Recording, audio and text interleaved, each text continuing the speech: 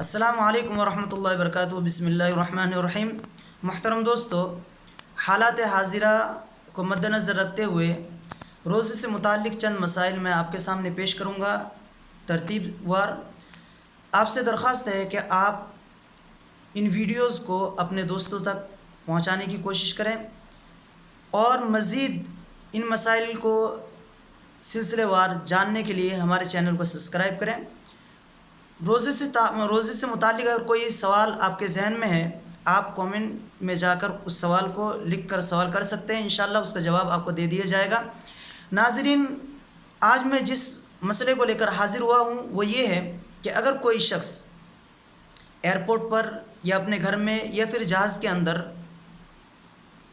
موجود ہے اور اتنے میں ہی جہاز کھلنے سے پہلے سورج چھپ جاتا ہے، مقامی وقت کے حساب سے سورج غروب ہو جاتا ہے اور وہ شخص روزہ افطار کر لیتا ہے۔ روزہ افطار کرنے کے بعد جب جہاز اڑتا ہے، اڑنے کے بعد جب آسمان کافی بلندی پر جہاز پہنچ چکا، اس کے بعد اس کی نظر اگر سورج پر پڑ جائے تو کیا اس کا روزہ نہیں ہوگا یا اس کا روزہ ہوگا لیکن اب کھانا پینا نہیں ہے جب تک سورج نظر آئے؟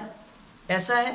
ایسا نہیں ہے، بلکہ جیسے ہی اس نے روزے کو افطار کیا تھا ایئرپورٹ پر یا جہاز کے اندر یا اپنے گھر پر، اسی وقت روزے کا ثواب اس کو مکمل مل چکا، کیونکہ اس نے اپنے علاقے کے حساب سے روزہ افطار کیا تھا، کیونکہ علاقے کے حساب سے سورج غروب ہو چکا تھا۔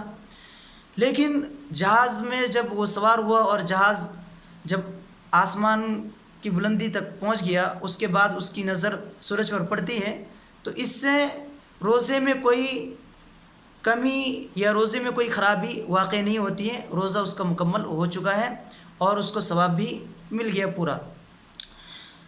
اب جہاز میں اگر وہ کھا پی رہا ہے مزید تو اس کو کھانے پینے سے رکنے کی بھی ضرورت نہیں ہے۔ شیخ محمد بن صالح العثیمین، شیخ بن باز اور عبد الرزاق عفیفی، ان کا یہی فتویٰ ہے جو میں نے آپ کے سامنے پیش کیا ہے۔ ناظرین، اللہ تعالیٰ سے دعا ہے کہ اللہ تعالیٰ ہمیں قرآن و سنت کے مطابق عمل کرنے کی توفیق عطا فرمائے۔ والسلام علیکم ورحمۃ اللہ وبرکاتہ۔